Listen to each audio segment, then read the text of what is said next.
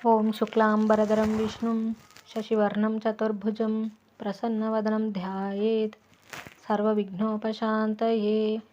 ఓం సరస్వతీ నమస్తుభ్యం వరదే కామరూపిణి విద్యారంభం కరిష్యామి సిద్ధిర్భవతు మే సదా. ఓం గురుర్బ్రహ్మా గురుర్విష్ణుః గురుర్దేవో మహేశ్వరః గురు సాక్షాత్ పరబ్రహ్మ తస్మై శ్రీ గురవే నమః. మనం యోగ వాసిష్టం అనే గ్రంథంలో ఉపశమన ప్రకరణంలో 6వ భాగంలో ఈరోజు చివరిది 5 విచారణ యొక్క ఆవశ్యకత అనే అంశాన్ని గురించి తెలుసుకుందాము. శ్రీ వశిష్ఠ మహర్షి: చూచావా రఘునందన, ఈ విధంగా మాయ అతి విశాలము, అచింత్యము, మోహమయము, భయంకరము కూడా అయి ఉన్నది. అది పరమాత్మను ఆశ్రయించుకొనియే ఉన్నది. లేకపోతే 4-5 నిమిషాల పరధ్యానం ఎక్కడ? 60 సంవత్సరాల ఆటవిక జీవుని అనుభవం ఎక్కడ? అసత్యమైనదేది? సందిగ్ధరహితమైన సత్యమేది? అందుకే ఈ మాయ మహామోసకారి అని చెబుతారు. అసావధాన చిత్తుని అది క్షణంలో సంకటంలందు పడివేయగలదు. అసావధాన చిత్తుని అది క్షణంలో సంకటంలందు పడివేయగలదు. శ్రీరాముడు: అవును స్వామి, మీరన్నట్లు మాయ అతి చమత్కారమైనదే. వేగంగా తిరుగుచు సర్వాంగాలను ఛేదించగల ఈ మాయను విఘ్నులకు వారు ఎట్లా నిరోధించగలుగుతున్నారో చెప్పండి. శ్రీ వశిష్ఠ మహర్షి: నాయన, ఈ సంసార రూప మాయా చక్రం నలువైపులా విస్తరించి ఉన్నది. ఇట్టి సంసార చక్రం యొక్క ఇరుసు ఈ మనస్సేనని గ్రహించు. పురుష ప్రయత్నం చేత, ధీరబుద్ధి చేత ఈ మనస్సు లేక చిత్తంను నిరోధించామా, మాయ యొక్క చక్ర భ్రమణం కూడా దానంతట అదే ఆగిపోతుంది. పిల్లలు ఆడుకునే త్రాడుతో చుట్టబడిన చక్రం యొక్క భ్రమణం ఆ త్రాడును పట్టుకుంటే ఆగిపోతుంది కదా. ఈ మనస్సును నిరోధించాలి, ఇక మోహం ఉండదు. ఓ రామ, నీవు చక్రయుద్ధంలో కుశలుడువే కదా. ఈ మాయా చక్రం నిరోధించటానికి ఎందుకు ప్రయత్నించకూడదు? నాభిస్థానం పట్టుకుంటే చక్రం ఆగిపోతుంది కాక ఆ చక్రం యొక్క తదితర భాగంలను పట్టుకోబోయామా, చేతికి గాయం కాగలదు. ఈ మనస్సును నిరోధించాలి, ఇక మోహం ఉండదు. ఈ మనస్సు జన్మ జరా మరణములు అనే సంసార చక్రంలో ఇరుసులాగా ఉంటోంది. మనస్సుతోనే నిరోధించాలి, ఉద్ధరించాలి. పరిభ్రమణం నుండి ఈ మనస్సును మళ్లించు. ఆత్మయే తన స్వరూపంగా కలిగి ఉండి కూడా ఈ జీవుడు ఎందుకు దుఃఖములు పొందుచున్నాడు? ఎందుకో విను. ఈ జీవుడు తన దేహభృతి కొరకై చాలా ఉపాయాలను అందిపుచ్చుకుంటున్నాడు. మరి చిత్తం గురించో, చిత్తంను నిరోధించగల ఉపాయాలు ఆశ్రయించకపోవట చేతనే అనేక దుఃఖ పరంపరలను ఒకటి తర్వాత ఒకటిగా పొందుతూ పోతున్నాడు. చిత్తము నిరోధించబడితే ఇక కృత్రిమమగు దీనస్థితులన్నీ తొలగిపోయినట్లే. ఈ సంసార మహారోగం ఉపశమించాలంటే చిత్త నిరోధం తప్ప వేరే ఔషధం లేనే లేదు. మరి తపో దాన తీర్థ క్రియాదులంటావా, అవన్నీ చిత్త నిరోధం కొరకే ఉన్నాయి. అందుకని పరమశ్రేయమైనట్టి చిత్తమును వశపరచుకొనుట అను దాని గురించి యోచించు. ఆ పని వదిలి చిన్నపిల్లల ఆటలాగా ఏవేవో కార్యక్రమాల వల్ల ఏం ప్రయోజనం?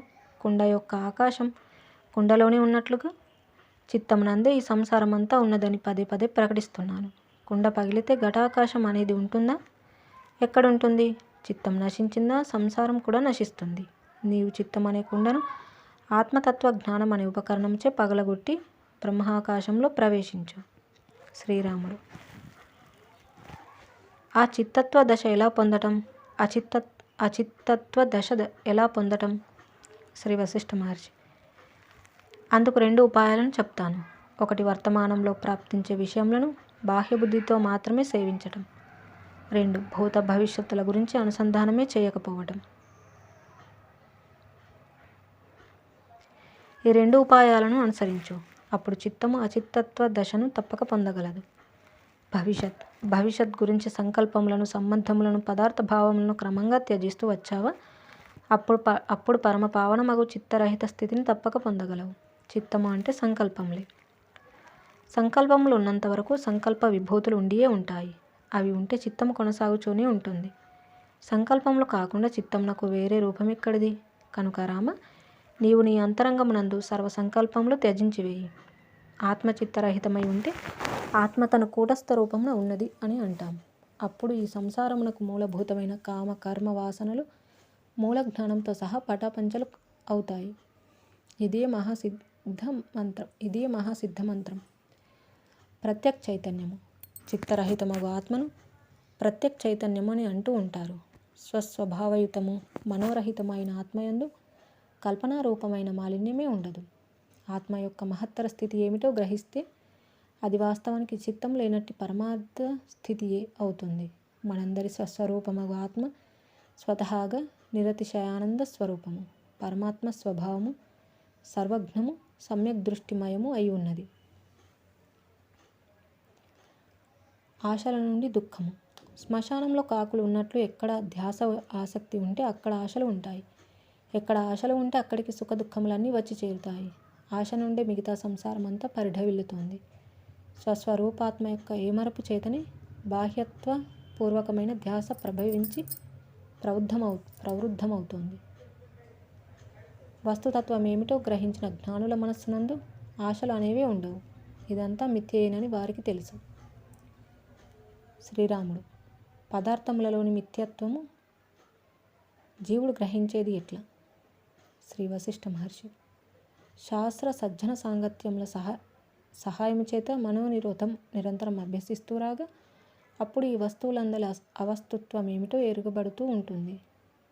అందుచేత ఓ సభికులారా, దృఢ ప్రయత్నములచే సునిశ్చయములచే శాస్త్ర సత్సంగాదులచే క్రమంగా ఈ చిత్తంలోని అవివేకమును తొలగించండి. బలవంతంగా అయినా సరే ఈ మనస్సును ఆత్మయందు ప్రవేశపెట్టండి. ముళ్ళును ముళ్ళుతోనే తీయగలం, వజ్రమును వజ్రంతోనే సానపెట్టగలం. పరమాత్మ దర్శనమునకు ఆత్మజ్ఞానమే ముఖ్య కారణమగుచున్నది. శ్రీరాముడు. మహర్షి, ఆత్మజ్ఞానమునకు ముఖ్య కారణమగుచున్నదేది? మరొక్కసారి చెప్పండి. శ్రీ వశిష్ఠ మహర్షి. స్వానుభూతములగు సుఖ దుఃఖములను ఆత్మయే త్యజించుటకు ఉచ్చగించుతున్నది కదా. కనుక ఆత్మజ్ఞానమునకు ఆత్మయే ముఖ్య కారణం. అందుచేతనే బద్ధుడనై ఉన్న నేను ఉద్ధరించబడేది ఎట్లా అని తలచువానికి మాత్రమే శాస్త్రములు గురువులు మార్గము చూపగలుగుతాయి. మనోరహితము. ఓ రామచంద్ర, నీవు మాట్లాడుచున్నప్పుడు, ఇచ్చుచున్నప్పుడు, పుచ్చుకొనుచున్నప్పుడు, కనులు మూసినప్పుడు, తెరిచినప్పుడు అన్ని సమయములలో మనోరహితుడవై ఉండు. లేక ఆత్మవస్తువును మాత్రమే మననం చేస్తూ ఉండు. కేవలం చైతన్యమును మాత్రమే పారాయణం చేస్తూ ఉండు. నిరంతరం ఆత్మచింతనచే ఆత్మ యొక్క నిర్మలత్వం అనుభవం కాగలదు. నాయన, నీవు జన్మిస్తున్నప్పుడు, జీవిస్తున్నప్పుడు, మరణిస్తున్నప్పుడు, తదితర దుర్దశలయందు నిష్క్రియుడవై ఉన్నప్పుడు, క్రియాతత్పరుడవై ఉన్నప్పుడు అన్ని వేళలా నేను శుద్ధమగు ఆత్మసత్తయే కదా అనునట్టి కేవల చైతన్యాంశం నందే సుస్థిరుడవై ఉండు. నాది, నాకు చెందినది, నా దేహము, నాకు సంబంధించిన వారు అనురూపం గల సర్వ వాసనలు త్యజించు. సర్వదా తదేక నిష్ఠతో చైతన్య మాత్ర తత్పరుడవగుము. వర్తమానంలో, భూతకాలపు యోచనలలో, రాబోవు వార్ధక్యాది దశలలో, రాజత్వాది స్థితులలో, దేహం ఉన్నప్పుడు లేనప్పుడు అన్ని వేళలా చైతన్యం మాత్రం నందే ఏకైక నిష్ఠ కలిగి ఉండు. దానినే భావించు, అనుసంధానం చేయి. సమాధి తత్పరుడవగుము. సర్వకాల సర్వావస్థలయందు నేను ఆత్మస్వరూపమగు చైతన్యమును, అది ఒక పురుగు నుండి బ్రహ్మదేవుని వరకు కూడా అను ఎరుకను వదలనే వద్దు. బాల్య యవ్వన వార్ధక్యాలలోను, జాగ్రత్త స్వప్న సుషుప్తులలోను కేవల చైతన్యమునే ఆశ్రయించు. దానియందే నీ నిష్ఠ అంతా ప్రతిష్ఠించబడుగాక. బాహ్య విషయాలనే మాలిన్యం నీచే త్యజించబడుగాక. మనస్సును ఆత్మయందు విలయమునర్చుచు ఆశాపాశములను త్వరగా విచ్ఛేదనమునర్చుచుండుము. అప్పుడు కేవలం విజ్ఞాన స్వరూపం నందు సంస్థితుడవగుటలో నీకేమీ కష్టముండదు, సంబంధమే లేదు. నీ యందు శుభ అశుభములు, ఇష్ట అయిష్టములు, ఆశ నిరాశలు శమించుగాక. ప్రతి జీవుడు తాను కోరుకుంటున్న ఉత్తమ శాంతి, ఆనందములను ఆత్మ చైతన్యమును ఆశ్రయించినప్పుడే పొందగలడు. కర్మ కర్తృత్వ కరణ సహితుడవై ఉన్నప్పటికీ నీవు మాత్రం వాటన్నింటికంటే వేరైన వాడివై ఉండు. విజ్ఞానమయ బుద్ధి కలిగి ఉండు. ఈ ఇంద్రియములు, ఇంద్రియ విషయములు నిన్ను స్పృశించనట్టి సాక్షి రూపమును వహించు. ఒక అద్దంలో ప్రతిబింబించే వ్యవహారంలాగా ఈ సర్వ దృశ్య వ్యవహారములను గాంచుచుండుము. అద్దమునకు అందులో ప్రతిబింబించే దృశ్యమునకు సంబంధమే ఉండదు కదా. ఆ అద్దం ఇవి నా వస్తువులు అనే మమకారం ఏమైనా కలిగి ఉంటుందా? నీకు కూడా దర్పణము దర్పణాంతర్గత ప్రతిబింబ వస్తువు వలె ఈ సంసారంతో ఏమాత్రం సంబంధమే లేదు, ఉండవలసిన పని లేదు. సాక్షి రూపమున సర్వ వ్యవహారములు గాంచుచుండము. నిర్వికల్పము నిరాలంబము అయినట్టి కేవల నిజరూపమగు చిన్మాత్రం నందు స్వరూప స్థితి కలిగి ఉండు. ఓ రఘువీర, నీవు ఈ జాగ్రత్త స్వప్న సుషుప్తులకు సంబంధించిన వాడవే కావు. అట్లాగే సృష్టి స్థితి ప్రళయములు కూడా నీకు లేవు.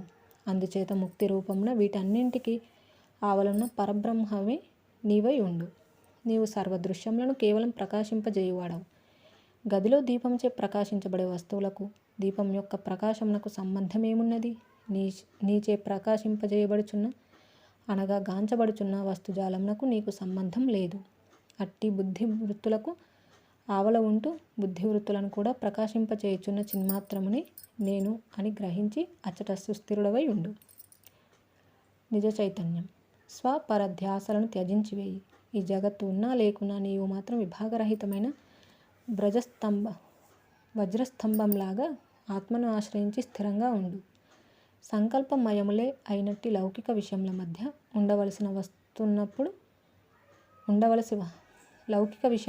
ఉండవలసి వస్తున్నప్పుడు ధీరత్వ ధార్మిక భావాలు కలిగి ఉండి అదే సమయంలో ధర్మ అధర్మరహిత స్థితిని పొంది ఉండు. ఓ రాజీవలోచన రఘుపుంగవ, ఎవడైతే జ్ఞానమాత్రము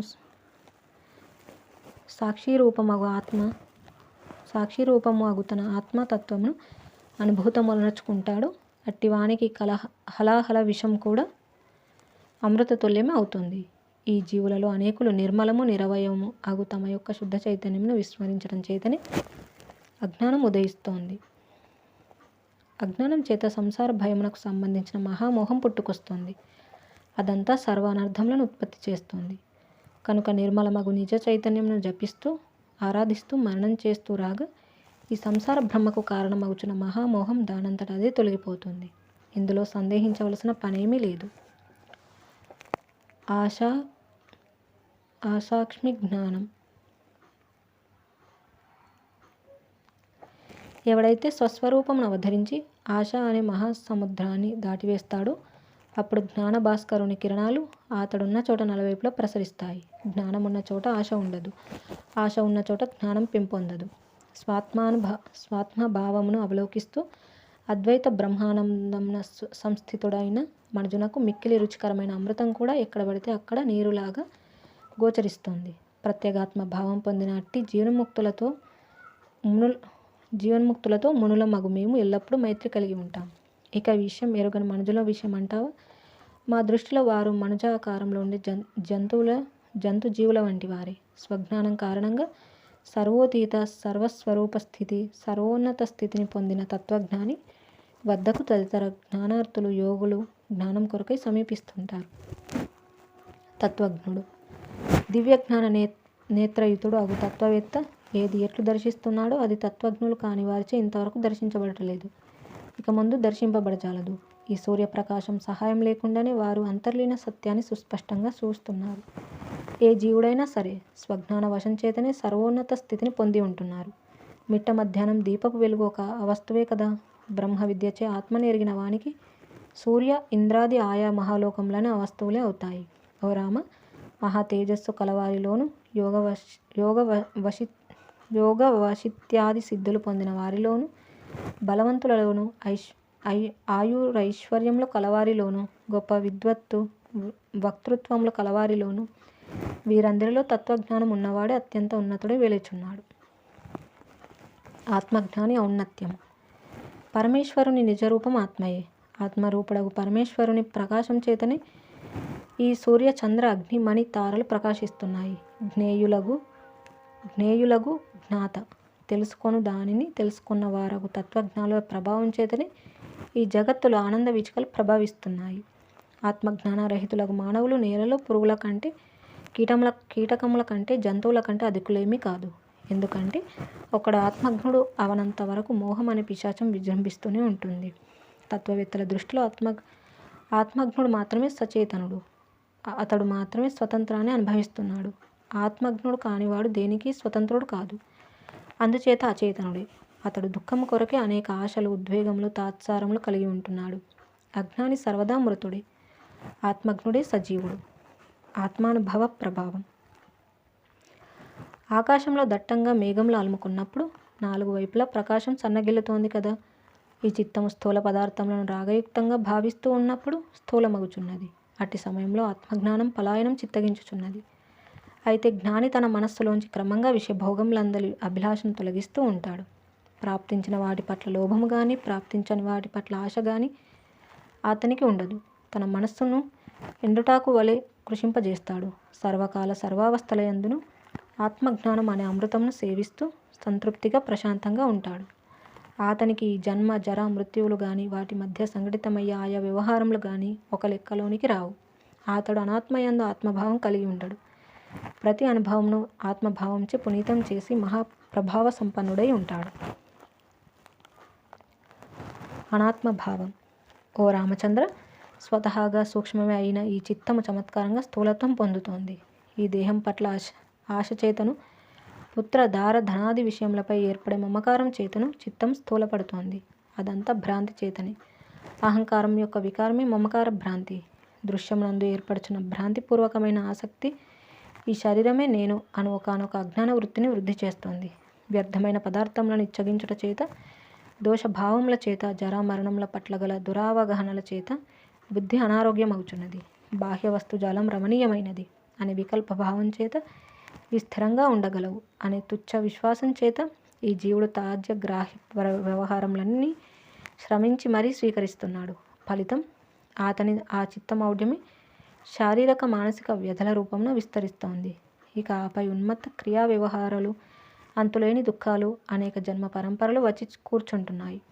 ఓయి జీవుడా, నీవు అవిచారణ చేతనే తుచ్చములైన ధన, మణి, శ్రీ వంటి స్వల్ప విషయాలు గొప్పవైనట్లు భావించి తుచ్చమైన ప్రలోభంలో పడుచున్నావు.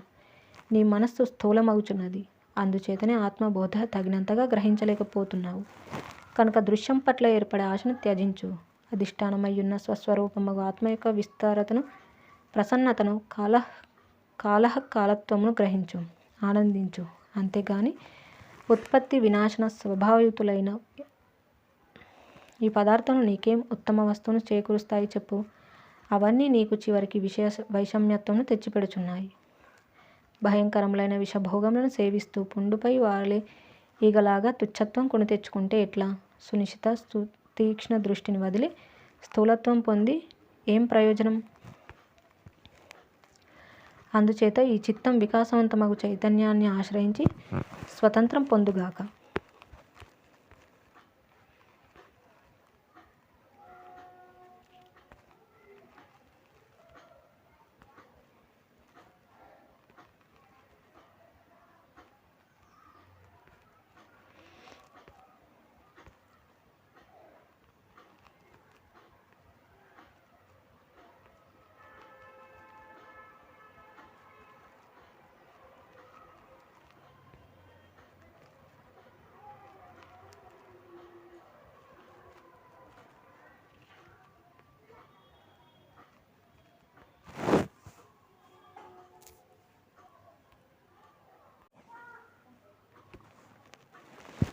ఓ రామచంద్ర, చిత్తము అనే వృక్షము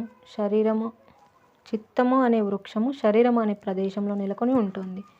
అనేక చింతలు ఈ చిత్త వృక్షమును పర్యవేక్షించి ఉన్నాయి. ఆ వృక్షం నుంచి పుట్టటం, పెరగటం, చావటం అనే పళ్ళు నిరంతరం కాస్తున్నాయి. అది ఆశలు అనే పొడవాటి కొమ్మలతో, వికల్పములు అనే ఆకులతో విస్తరించి ఉన్నది. అట్టి చిత్తవృక్షం గురించి తాత్సారం చేయటం ఉచితం కాదు.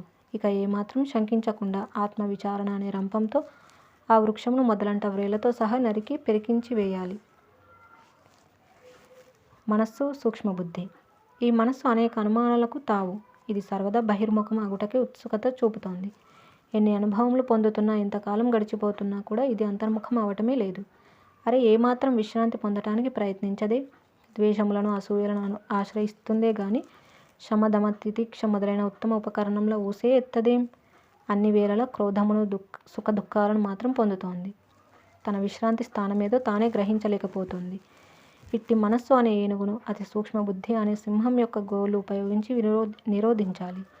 ఓ మనస్సా, ఇక నీవు శమించు. ఆత్మజ్ఞాన వివేకం కలుగనంతసేపే నీ ప్రతాపం. ఓ రాఘవ, చిత్తము అనే పిశాచం తనకు వీలునంత వరకు తృష్ణని సేవిస్తుందయ్యా. అజ్ఞానం అనే వటవృక్షం కింద విశ్రమిస్తోంది. నిత్యం అనంత కోటి జన్మలు అనే మహారణ్యంలో సంచరిస్తోంది. అజ్ఞానులలోని చాంచల్యమే దాని రూపం. ఏమి దాని విన్యాసం, ఏమి దాని ఎత్తుగడలు. అట్టి చిత్తమును వివేక వైరాగ్యములతో నిరోధించాలి. స్వాత్మ గృహం నుండి దానిని విడలగొట్టనంత వరకు ఆత్మకు ముక్తి అనుమాట కల్లా. ఈ మనస్సును ఒక విషసర్పంతో పెద్దలు పోలుస్తూ ఉంటారు. దీనికి శుభ అశుభ కర్మలు అనే 2 కోరలున్నాయి. ఇది దేహం అనే కుబుసమును కలిగి ఉండి విశ్రాంతి లేకుండా ప్రాణవాయువులను భక్షిస్తోంది. భయములు అనే మృత్యువును తెచ్చిపెడుతోంది. అట్టి ఈ మనో విషసర్పాన్ని అభ్యాస వైరాగ్యములు అనే గరుడ మంత్రముచే నిర్జించాలి. లేకపోతే ఇది అనేక దేహరూప శవములను భక్షిస్తూ అమంగళ స్వరూపం దిక్కులన్నీ సంచరిస్తూనే ఉంటుంది.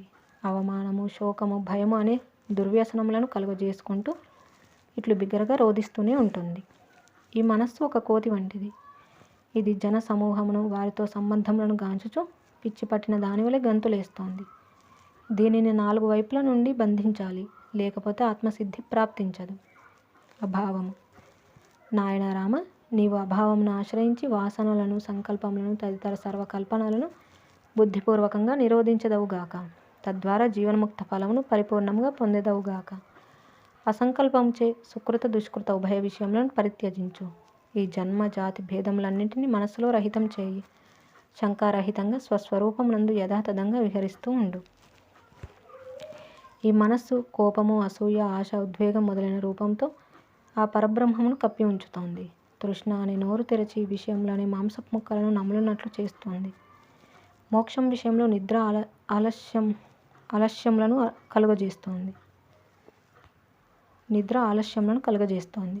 ఇట్టి మనస్సు పట్ల నీవు దయచూపవద్దు. నిర్దయగా దీనిని నియమించి నీ యొక్క వైరాగ్య మహాప్రయత్నమునకు మనస్సు వల్ల కలుగుచున్న విఘాతములను, అడ్డులను తొలగించుకో.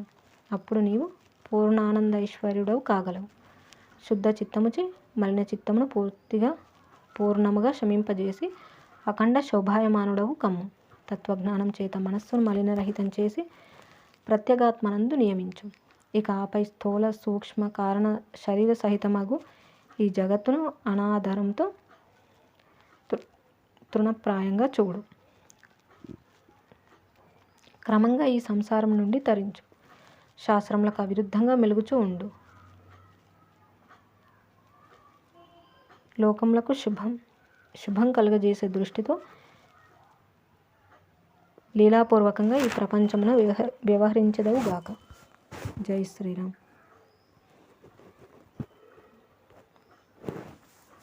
ఈ విధంగా మనకి విచారణ యొక్క ఆవశ్యకత అనే దాని గురించి వశిష్ఠ మహర్షి రామచంద్రుడికి వివరించడం అనేది చూసాము.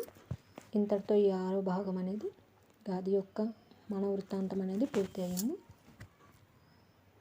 ఇక మిగిలిన భాగాన్ని గురించి 7వ భాగము ఉద్దాలకుని అంతరంగాన్వేషణ అనేది మనం మళ్ళీ తెలుసుకుందాము. జై శ్రీరామ్. కాయేన వాచా మనసేంద్రియైర్వా బుద్ధ్యాత్మనా వా ప్రకృతే స్వభావాత్ కరోమి యద్యత్ సకలం పరస్మై నారాయణాయేతి సమర్పయామి. స్వస్తి. ఓం తత్సత్.